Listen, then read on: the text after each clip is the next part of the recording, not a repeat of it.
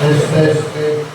Silakan Bapak dan Ibu untuk menikmati santai siang. Kita akan melakukan sesi diskusi yang terbuka saja pada audiens yang barangkali apa yang ingin diberikan penguatan dalam konteks menjaga persatuan dan kesatuan, serta kerukunan dan kedamaian, terutama menyosong Pilkada 2024 ini.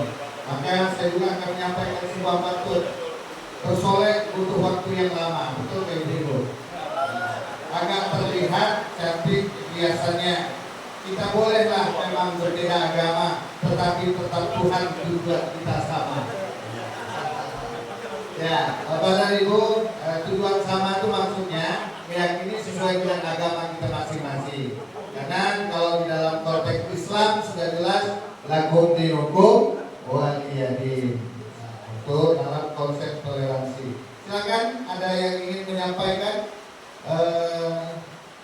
pemikiran-pemikiran yang berkaitan dengan bagaimana kita kalau saya memandang begini, di FKUB tadi bagaimana membangun dialog peran tokoh agama. Tadi ada yang kita perlu garis bawahi, tokoh masyarakat batasannya di mana?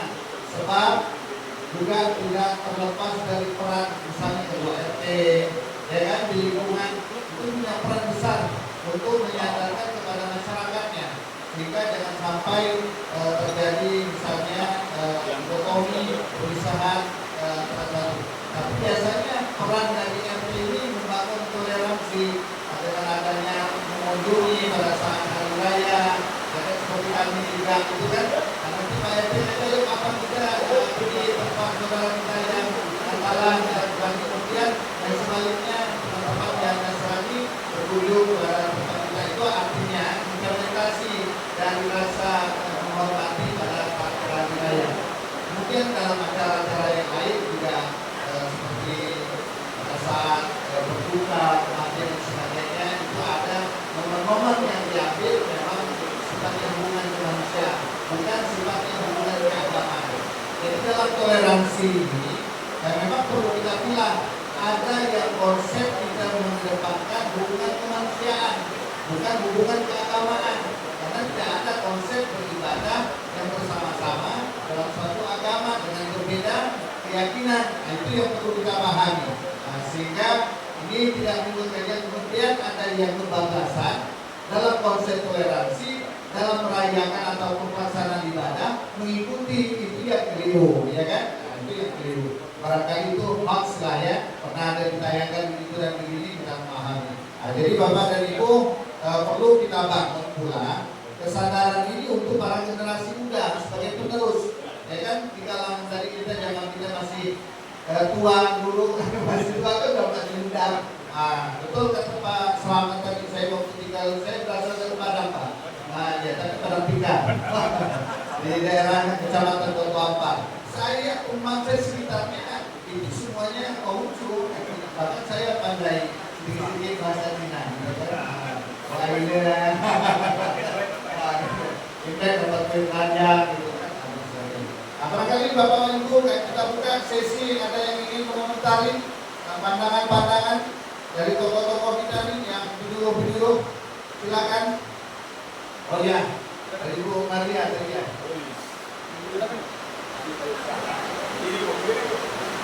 Silakan Bu. Terima kasih Pak. Mohon maaf, tadi bertanya lagi.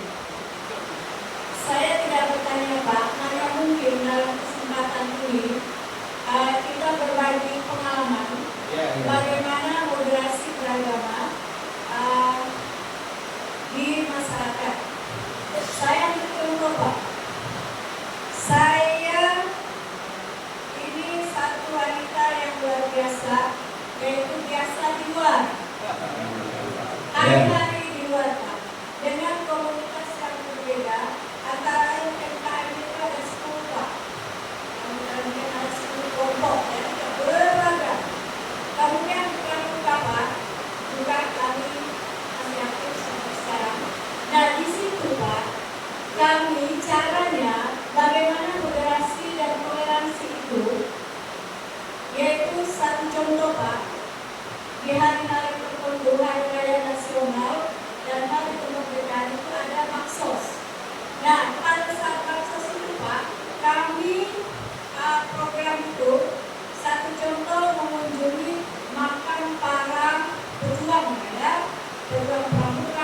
pejuang perang, pejuang masyarakat.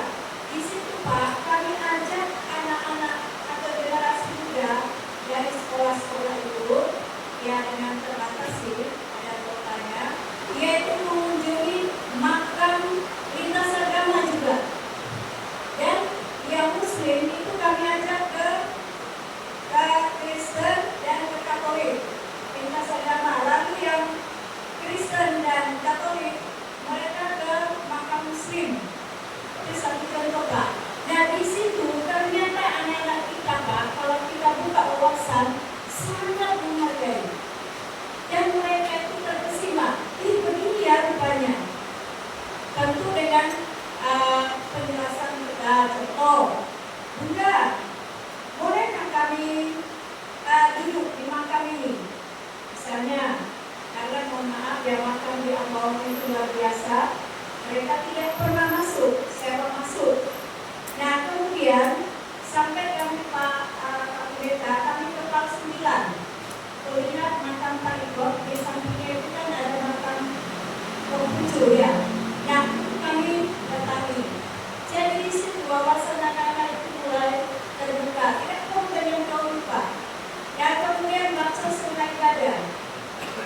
Jadi kami ambil pura Pak, mohon maaf. Jadi kami kumpul ke gereja, ke masjid, ke kelenteng dengan binaan. Misalnya saya untuk yang gereja, kita jelaskan kalian boleh bekerja di area ini. Nah yang area ini tidak usah. Begitu juga di masjid Pak. Bahkan saya ini tidak terhitung berapa kali tidur di masjid. Kalau kegiatan tidak ada masalah. Jadi generasi muda kita inilah yang harus kita mindsetnya, yang harus kita ubah mindset mereka itu. Pada saat hari raya puasa buka bersama itu luar biasa Pak. Kalau saya buka bersama itu rekor. Begitu proses katanya, di mana. Jadi sampai teman-teman bilang itu artinya buka puasa. Artinya Pak, bukan hanya kami penghulu yang buka mindsetnya ini. Jadi kita ke generasi muda. Demikian Pak yang dapat saya beri masukan, mungkin dipikirkan selanjutnya. Ya, kita berikan aplaus. Betul bagaimana Pak Petolo kemudian gandeng ya, memberikan wawasan kepada generasi muda. Silakan, ada yang ingin menyampaikan ya? Silakan Pak, sebutkan nama dan dari mana. Terima kasih waktu dan kesempatannya. Nama saya Jonathan Pak. Ya, Jonathan Simayanto. Penjuru Katolik Pontianak Pak. Saya mau nanyakan kepada Konghucu Pak, boleh ya Pak diceritakan? Kalau istilah Konghucu ini bagaimana Pak? Kan kayak Katolik ada tempatnya Pak ya? Nah istilah pemimpinnya itu Pak. Oke, Katolik ada Paulus. Kalau Islam ya Arab Saudi, ya itu Pak ya satu.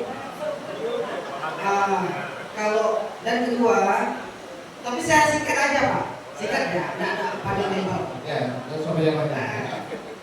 Asal muasal dan istilah Tionghoa ini apa dengan Konghucu? Apakah lebih merujuk ke suku atau orang etnis? Ya. Lalu selanjutnya Masih ada lagi? ada. Kalau nama provinsi lain ini siapa sih Pak? Istilah Konghucu ini kalau kita katakan pastor, kalau Konghucu itu siapa? Itu aja Pak. Ya, terima kasih. Ya, cukup dua penanya itu kita berikan tanggapan dari masing-masing narasumber di depan untuk memberikan apresiasi dan pendapat-pendapat yang bisa membuka wawasan dan hal-hal yang bisa kita bawa dalam implementasi menjaga kerukunan beragama. Silakan. Dari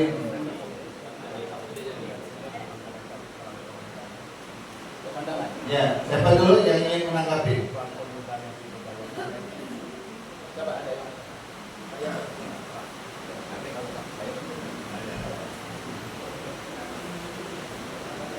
Baik, terima kasih. Ya, itu memang sederhana tetapi amat besar. Memang kalau kita bicara guru, apa artinya kalau tidak ada aksen, baik objek maupun subjeknya. Saya ambil contoh kecil, ini saya cerita lagi, dan ini masih terjadi dari tahun 1979. Ceritanya di kampung saya itu di Jakarta, di Jawa Tengah. Itu satu kelurahan ada 3 komunitas besar, Muslim, Kristen gabung, dan Buddha. Di mana setiap hari raya itu pemuda lintas agama berperan. Contoh, misalnya Idul Fitri, biasanya kan dipusatkan di tempat-tempat tertentu dan di situ pasti ada aktivitas parkir. Makanya yang menjaga parkir ini ketika saudara-saudara umat Muslim kita melakukan sholatnya, maka yang menjaga adalah pemuda dari unsur Buddha dan Katolik maupun Kristen. Begitu juga ketika Natal, nanti yang jaga itu dari pemuda Muslim dan pemuda Buddhis. Ketika Waisak, yang menjaga adalah pemuda Muslim dan pemuda Katolik. Itu masih berlaku sampai sekarang. Kemudian kalau di Pontianak lagi, ini kebetulan juga masih berlaku sampai sekarang, di mana setiap menjelang hari ulang tahun Kementerian Agama, ini kebetulan saya bekerja di Kementerian Agama, itu kita selalu mengadakan bakti sosial yang sifatnya itu sosial tanpa melihat unsur berbeda apapun. Saya katakan subjeknya beragam, objeknya beragam. Ketika kita mengunjungi tokoh-tokoh yang sudah program juga yang dari Kristen, nanti ketuanya harus dari yang beragama lain. Begitu juga ketika mengunjungi panti-panti yang Muslim, ketuanya tidak berbeda dari Muslim. Kalau yang kita kunjungi panti-panti yang dari Kristen maupun Katolik maupun Buddha juga tidak berbeda agama. Tujuannya apa? Memberikan contoh pada masyarakat bahwa pembauhan yang membawa harmonisasi penting, tidak hanya sebatas konsep. Betul Bu, terima kasih. Mudah-mudahan inovasi-inovasi yang membawa ekses di masyarakat ini barangkali bisa dicetuskan oleh siapapun yang mencintai berkumpul. Terima kasih. Saya berikan aplaus. Kemudian dilanjutkan Pak Menti. Terima kasih atas kesempatannya. Saya singkat cerita saja. Pertama, moderasi. Ya. Apa sih itu moderasi? Moderasi itu kita lakukan sebelum bertoleransi seperti yang sudah kita lakukan. Tanpa moderasi tidak bisa bertoleransi. Ya. Jadi harus moderasi dulu. Orang, mohon maaf, gereja Katolik itu sudah sejak awal menerapkan moderasi. Mungkin Bapak Ibu ada yang sudah mengetahui, tapi saya kira gereja Katolik mungkin tidak mengetahui. Uskup Agung Sugio Pranoto, Uskup Semarang, yang sudah menjadi pahlawan nasional, mengatakan bahwa orang Katolik itu 100% Katolik, 100% Indonesia. Bukan 50% Katolik, 50% Indonesia. Apa yang mau saya katakan? Kita beragama itu bukan relatif. Pola relativitas itu tidak boleh. Itu bukan moderasi. Kalau ajaran agama, kalau untuk cara kita menyembah Tuhan, cara kita beribadah 100% lah kita ini. Tidak bisa dicampur. Dan orang lain tidak boleh mendebat kepercayaan saya, mempersoalkan kepercayaan orang lain. Itulah yang namanya moderasi. Ya. Nah itu dia. Jadi bukan kita moderasi ini lalu relativitas. Oke, kita seperti pembawa acara tadi, moderator mengatakan ya kita berdoa bersama-sama misalnya, ya kan, dalam arti yang bisa ikut, yang Kristen ini dia ikut sholat, ya kan, kemudian yang Muslim misalnya ikut misa kalau di gereja. yang nggak boleh. Ya, jadi terus ya, terima kasih Pak. Ya. Terus ya, Oh, masih ada. sedikit saja, ya. Nah, sedikit saja masalah apa? Masalah toleransi. Toleransi seperti yang sudah saya gariskan tadi, memantau sikap kita itu kepada orang secara jujur, bukan berkamuflase. Ingat itu. Ya kalau kita menghormati seseorang, memeluk agama lain dengan secara sadar, ikhlas dan jujur kita menghormati, bukan pura-pura. Demikian. Tidak ada pura-pura, tidak ada dusta. Ya, tadi Pak. Singkat. Ada Pak. Ya, tanya Rob. Ya, agama Kristen itu terkenal dengan agama Kristen ya, tapi agama kasih.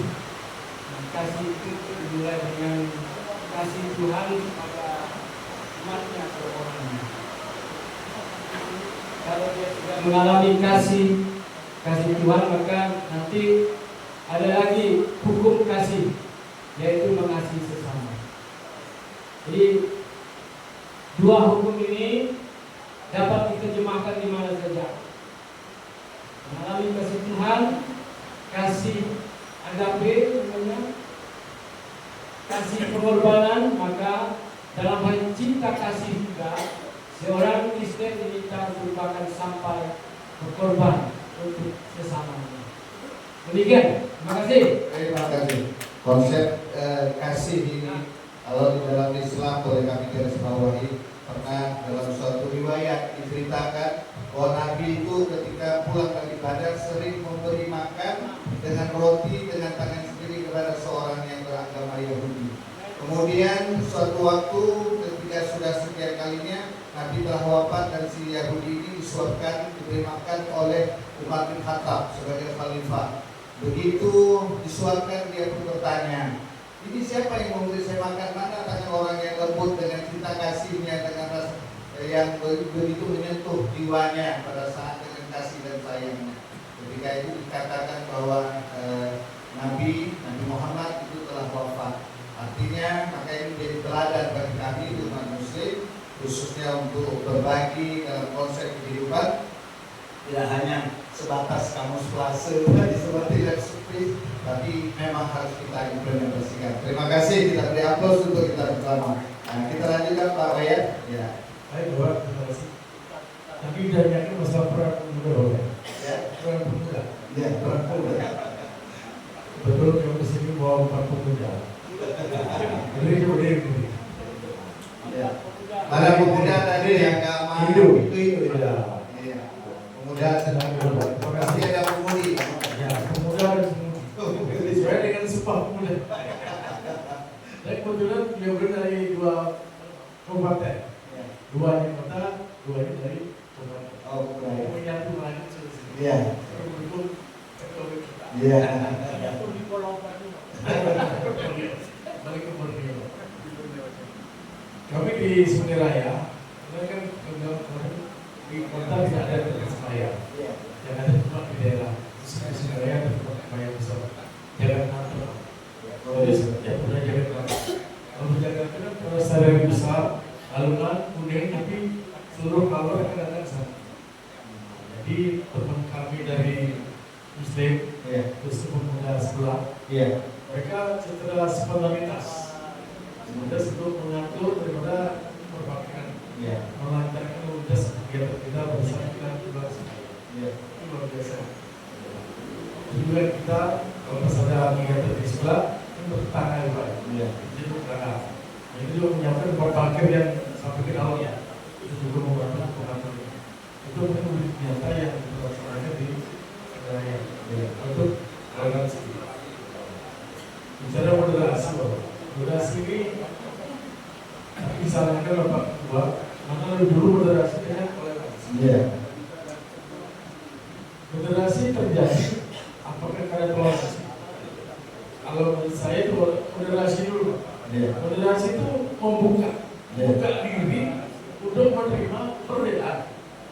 Kalau kita buka diri, nanti kita akan dibuat toleransi, menghargai. Itu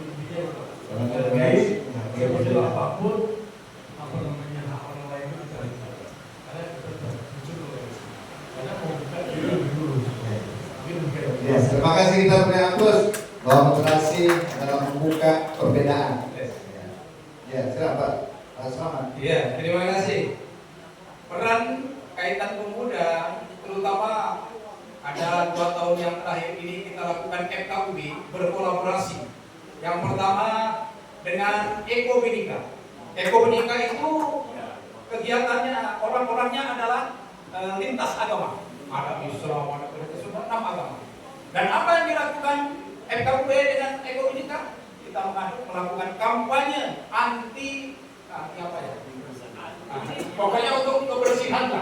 Jadi lingkungan hidup, kampanye untuk lingkungan hidup. Dan itu sudah kita lakukan dan mudah-mudahan terus berlangsung. Contoh yang kedua, ini yang sudah dilakukan oleh FKUB. Kita kolaborasi dengan Kemenag, yaitu Kampung Moderasi. Tempatnya itu ada di Sungai Beliung. Sungai Beliung. Di situ sebelahnya adalah gereja, sebelahnya adalah masjid. Walaupun sebelah gereja, sebelah masjid, dia tetap rukun dan damai. Kalaupun mungkin nanti ada pada saat kegiatan hari Minggu itu kegiatan ibadah, mungkin parkirnya bisa di masjid. Kalau hari Jumat ada kegiatan sholat Jumat, tak muat di situ, parkirnya pun bisa di gereja. Dan lingkungan di situ mengedepankan kaitan dengan kerjasama, gotong royong dan seterusnya. Ini salah satu contoh yang dilakukan oleh FKUB. Kerjasama dengan Saka, suara Kampung. Tambahan lagi dari kerjasama dengan Saka. Tadi saya bilang Pak Ketua 2 yang saya sebutkan, nanti Pak Ketua nambah 10 lagi masih ada. Ya, berarti banyak Excel. Artinya FKUB senantiasa selalu terus bekerja dan untuk bersama-sama bagaimana untuk mengembangkan moderasi dan toleransi di Kota Pontianak, terutama FKUB Kota Pontianak. Tepuk tangan untuk FKUB. Terima kasih. Ini Kiai. Ya. Terima kasih Pak Ketua. Terima kasih saudaraku ya. Pak Jonathan. Nah ini karena kita waktu kita dikit. Kalau nanti kurang, boleh cek saya tahu nomor saya. Jadi Konghucu ini satu dengan nama yang lain sama, yaitu kalau agamanya Konghucu, nabinya Nabi Konghucu. Tingkat dalam rohaniawan, kami menyebutnya tingkat rohaniawan itu ada 3 secara umum, yaitu kalau paling rendah itu Chiosen, yang saya baru kenalkan, itu Chiosen itu bahasa Mandarin, karena kitab suci dalam Konghucu yang memang aslinya Sisu namanya itu menggunakan bahasa Mandarin. Nah, tapi sudah diterjemahkan dalam bahasa Indonesia. Tadi kita ada Chiosen. Nah, sendiri saya lah, sereko saya lah Chiosen ini masih rohaniawan yang tingkat sudah tetap ya kalau bisa. Naik dikit itu butuh beberapa tahun kalau bisa naik dikit. Itu namanya Wense. Nah, di dalam Wense yang tinggi. Nah, kalau ada pemberkatan perkawinan umat mau menikah, umur itu biasa dilakukan oleh Wense sudah bisa. Walaupun Chiosen bisa, tapi masih ada Wense, biasa diutamakan Wense. Naik lagi itu perlu bertahun-tahun itu ya, bisa sampai Sula biasanya. Lause. Betul. Suise. Atau Nasu, Suise. Lause itu guru. Jadi ketua matakin kami itu Sula, mungkin Pak itu berada Pota ya. Saya tambahin, saya bilang saya tidak mau sampai di situ. Ini Pota ya Pak. Nah itu adalah tingkatan yang ada dalam agama Konghucu sama dan seterusnya. Itu bagian dari petugas untuk melakukan pembinaan umat. Umat kami di dalam bahasa agama Konghucu kami menyebutnya Taoqin. Taoqin itu adalah umat yang seiman kepada kita. Nanti kita perdalam. Nah terus tadi supaya tidak lama ada kaitan dengan Tionghoa dan Konghucu. Gimana itu? Apakah Tionghoa selama satu? Tidak. Agamanya itu berbeda dengan etnisnya, berbeda dengan sukunya. Kalau suku Tionghoa itu belum tentu semuanya beragama Konghucu. Walaupun di Kota Pontianak dan Kalimantan sekitarnya mayoritas yang beragama Konghucu itu memang orang Tionghoa, itu kebetulan kan. Tetapi di dalam agama Konghucu tidak melihat dari segi etnisnya, sukunya. Bisa saja orang mungkin saudara saya dari Jawa atau Madura atau Bali atau sebagainya lah ya, dia ingin tertarik ingin jadi orang Konghucu. kita ini sama-sama saja, karena kita dalam agama Konghucu tidak membedakan sukunya. Jadi ini sedikit. Ya, kebetulan saja saya orang Tionghoa di Konghucu. Jadi kayak seperti itu. Kalau saya sampai sini tadi saya bilang dari level kondisi sama Ustaz ya. Nah itu rohaniawan yang tingkat dasar lah, bisa-bisa lah membantu menyebarkan. Ya kira-kira seperti itu jawabannya. Nanti kita bolehkan komunikasi. Kami senang sekali kalau ada saudara-saudara, bapak-bapak, ibu-ibu ingin mengenal lebih dalam ajaran Konghucu, langsung aja hubungi WA saya. Nanti kita ketemu kafe. Biarpun kita ke Haris ya. Pak ini sering janjian saya tapi tak datang dia. Nanti kopi kafe. Oke, terima kasih. Terima kasih semuanya kepada para narasumber kita yang hebat dan luar biasa, serta juga para peserta yang menginspirasi dalam pertemuan pada hari ini untuk rapat koordinasi kita seagama dalam peningkatan peran serta FKUB dan tokoh agama Kota Pontianak guna memperkuat moderasi dan toleransi dalam kehidupan bermasyarakat. Semoga kegiatan ini apa yang telah diusung dan digagasi oleh FKUB menjadi program-program yang memberikan hal-hal yang inovatif dalam membangun keberagaman ini untuk mewujudkan hidup rukun, damai dan bahagia. Kami sebagai moderator mohon maaf jika ada hal-hal yang kurang berkenan, dan tentu kami akhiri dengan ucapan wabillahi taufiq hidayah. Wassalamualaikum warahmatullahi wabarakatuh. Selanjutnya acara penutup oleh Ketua FKUB kepada Ketua